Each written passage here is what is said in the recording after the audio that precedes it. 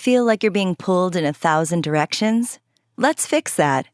Download your free rebalancing toolkit and learn how to design an optimized week that lets you feel like you have it all.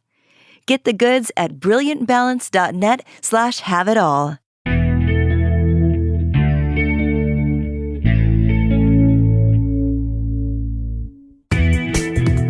I'm Cherylanne Skolnicki, and this is Brilliant Balance, the show for working women who are ready to shine. Each week, I bring you ideas, inspiration, and insight on balance, business, and getting it all done gracefully. You ready? Let's be brilliant. This is episode 55 of the Brilliant Balance podcast. And today I am talking to you if you are chronically late. You know the feeling, the one where you're breathlessly sliding in the door 5 minutes after the show started, hoping no one notices. You've perfected the apology to the receptionist or to the hostess of the party. And maybe it's even so far gone that you've just declared it a part of your identity. You know me, I'm always late. Well, today we are going to break this pattern for you. And to do this well, I have to tell you a little bit about my dad. So see, with my dad, and he's such a great guy. And my dad is one of those people where like the trains run on time. In fact, everything runs on time. Actually, everything runs early, if I'm being honest, with my dad. So, a couple of examples. When I was growing up, the classic was getting to church.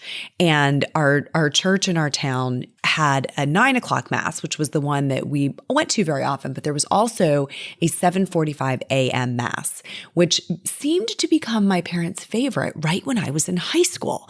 So it was this fabulous way of saying, yeah, you can stay out, but the next morning, we're going to 7:45 mass. So it was I highly recommend that curfew enforcing tactic for the parents out there. Anyhow, that was, when it was imprinted on me that it was completely unacceptable to be late, right? So for him, we needed to be in the car, parked, and then into our seats and ready well before, mass ever began. And it was the same way with doctor's appointments. It was like that with getting to school on time or arriving at someone's home if we'd been invited for dinner. It was just really of paramount importance to him, really a matter of integrity. And I think he always said it went back to his years in the military when it was just ingrained into them that you needed to be on time. In fact, being on time was actually late. What you needed to be was early. So my dad is often the chauffeur for our children getting to places. And we tease him that when you're going with Grampy, you gotta leave 15 minutes earlier than if you're going with anyone else because he's so committed to this practice of arriving on time. It really is almost like a superpower for him. And we tease him about it, right? Sometimes mercilessly, but I really do respect him for this. So he's my inspiration for today's episode. And I thought it might ground you in where some of these principles were taught to me. Where did I learn them? And then why do I think they're so important? And I want to just say that the reason I think it's important that we talk about this is that this chronically running late pattern that a lot of us fall into, and I'll be perfectly honest, I can fall into this pattern, in the blink of an eye. It is really easy to slip into a pattern in which I start arriving late for things, and then I can't get out of it, right, without some intention. The reason I think it's so important that we solve this is because it's leaving an entire generation of us like breathless. Running late all the time does not feel good. Nobody starts their day saying, oh, I think I'll just be late for everything today, right? I want to feel compressed in between my activities and appointments. I want to feel, that sense of breaking my commitment to people. Nobody goes into their day like that. So I think what we want to do today is stop and think about it because often we don't, right? We're just running so hard that we never pause to say, why is this pattern so dominant in my life? And that pause is everything. That pause to think about, hey, this thing in my life that isn't working the way I want, why is that? What could I maybe practically do differently to get a different outcome. That's what we want to do today. We want to talk about why you may always be running late and then give you some really practical ideas for what you can do about it. So the first causal factor, the first thing that might be underneath your chronic lateness is that you're leaving no breathing room or wiggle room, you could pick your favorite term, in your day. That you are somebody who is cramming one more thing in wherever there is a space. So, before we leave, I'll just finish up these dishes. Or before I get up from my desk, I'll just pay this one more bill. Or before we walk out of the kitchen, I'm going to wipe down the counter or throw in this load of laundry, right? Or I'll just run this back upstairs. Or I'm just going to finish this email before I go pick up the kids, right? You can hear the pattern of trying to squeeze one more thing in where there's a very small space already. And the problem with this is cramming things in. It's like it keeps your cortisol levels really high, right? It keeps you running in overdrive. This is where that breathless feeling comes from, that sense of being stressed, right? Because you're late. So when you make the decision, okay, I'm just going to finish this email before I go, it's made with good intentions because you like the feeling of accomplishment. I'm going to get one more thing checked off my list. But it's short-sighted because we're not thinking about how it's going to feel when we then arrive late for the next thing. When you have the kid waiting at pickup or you have the host waiting to serve dinner. You're not thinking about that. You're just thinking, I'm going to get one more thing done productively. So this notion of not having breathing room means there isn't enough space, the way you've structured your day, to complete a task and transition to the next one. And so you're just you start in the morning and you drive without the brakes on through the day and then kind of slide into bed at night exhausted. So if you're finding that you're chronically running late, arriving late, this is the first pattern I would look for. What does your day look like? What is the structure? Do you have everything scheduled back to back with no transition time? What does it really look like? And are you making it even worse, potentially, by trying to squeeze that one more thing in there? Are you actually exacerbating the problem by trying to squeeze one more thing in? So that's the first piece. And I would say that is very, very common when we start working with women on optimizing their schedules and really finding a sense of rhythm. This back-to-back structure is really typical, so I would look for it. Feel like you're being pulled in 1,000 directions? Let's fix that. Download your free rebalancing toolkit and learn how to design an optimized week that lets you feel like you have it all. Get the goods at brilliantbalance.net/have-it-all.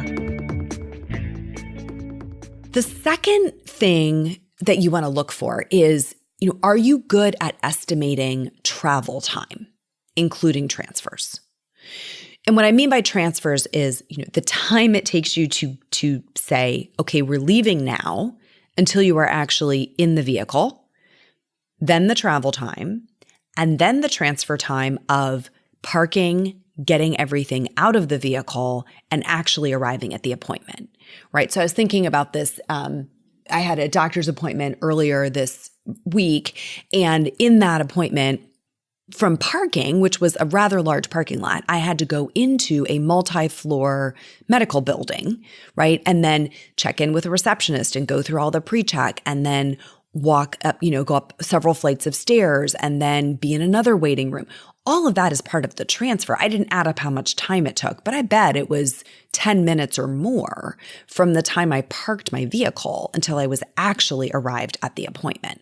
Those are the kinds of things I'm talking about that we often overlook. So if you're not good at estimating travel time and transfer time, it's going to cause a problem with your ability to arrive on time. Okay? So let's think about it. It's what does it really take for you to get out of your home and into your vehicle, especially if you have your children with you? Like that is not a quick process. That is not like, hey, I'm just going to grab my keys and hop in the car, right? There's coats to be put on and bags to be found? And do you have a water bottle? And, did everybody go to the bathroom before we leave? Like, it's not a fast process. Can you even find all of the children when it's time to leave? And then in the travel, I think GPS has been such a game changer on this. I mean, we really can now have a tool in our pocket that gives us the real travel time, right? With traffic, with construction. We've got a pretty good read on this. But if we're going someplace familiar, we're not always checking it. And I don't know about you, but I often underestimate how long it's going to take. So I think everything is 10 minutes away. Like in my head, 10 minutes is the number, right? Oh, it just takes 10 minutes to get there. And then if I run GPS and look at it, it's 17, right? Well, that 7 minutes matters if you're trying to be on time. So it's, the likelihood that you'll be in traffic, the potential that you'll make a wrong turn, the chance that there'll be construction, your inability to estimate, all of those things are in the mix, right? In terms of your ability to get there on time. But I will tell you, travel time is not the biggest issue only because of GPS. It's the transition time. The biggest miscalculation is in the transition time of that packing up the car, getting everybody ready, getting yourself there. Oh, I'm just going to make this coffee, right, before I get in the car. Oh, I forgot a jacket and it's going to be cold today. I need to go back up and grab a jacket. Those are the things that add those minutes. And it doesn't take a lot for us to feel like we're late. If you arrive at school 2 minutes after that, the first bell, your kid is getting that tardy pass.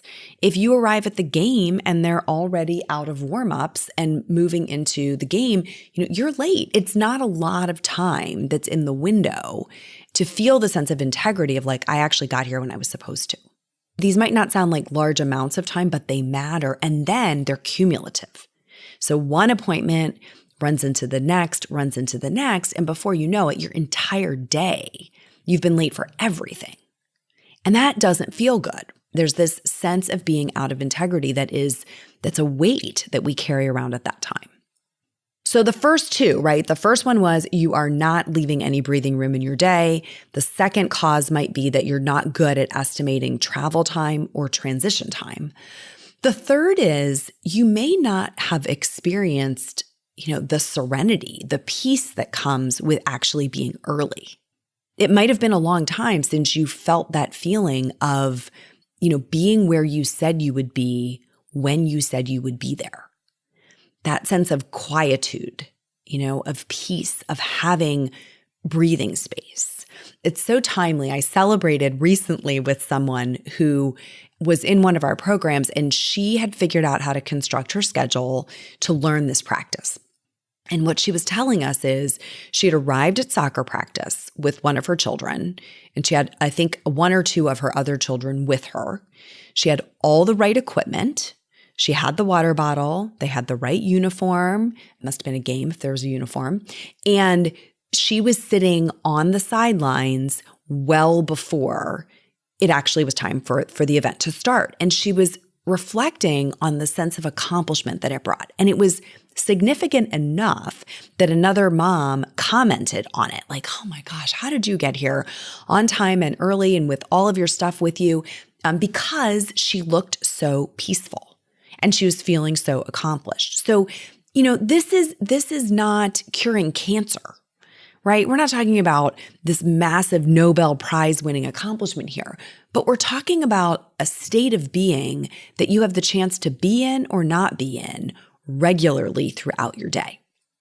Regularly, right? And if you haven't had that experience in a while, if you haven't had that feeling of, I got here on time, and I had 5 minutes to just sit quietly and collect my thoughts.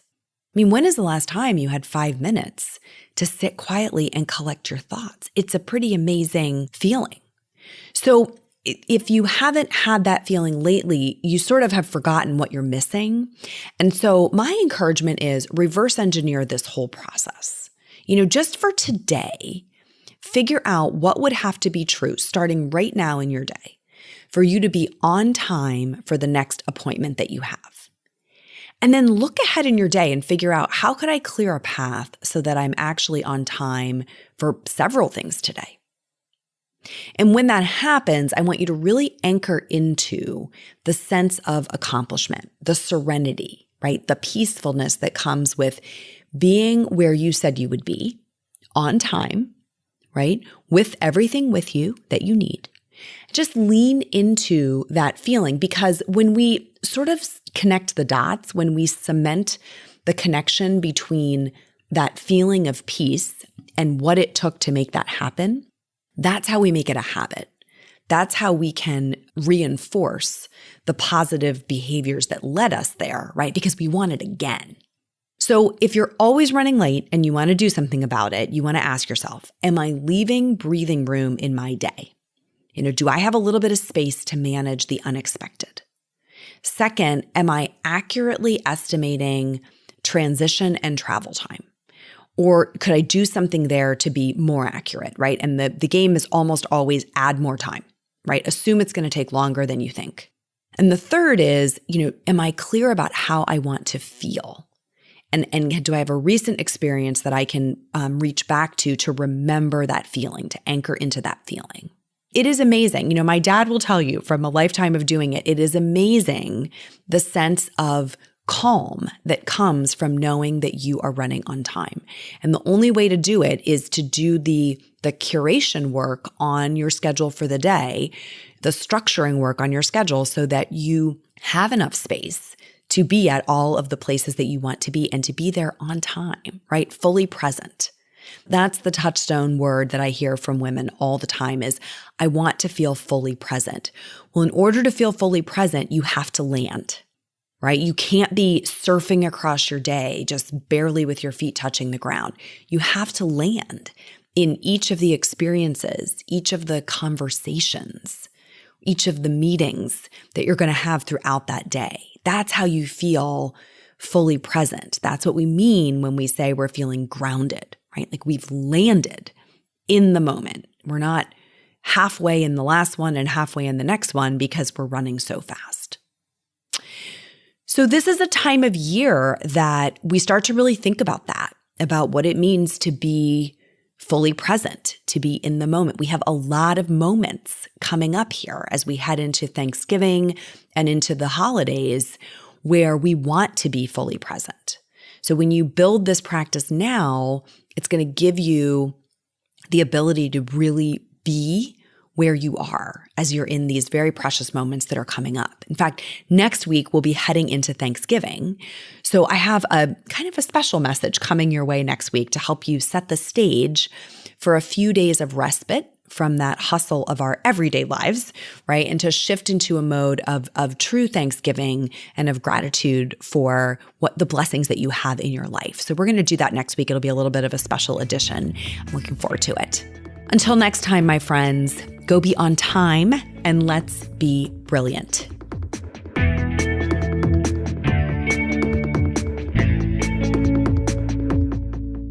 This is thepodcastfactory.com.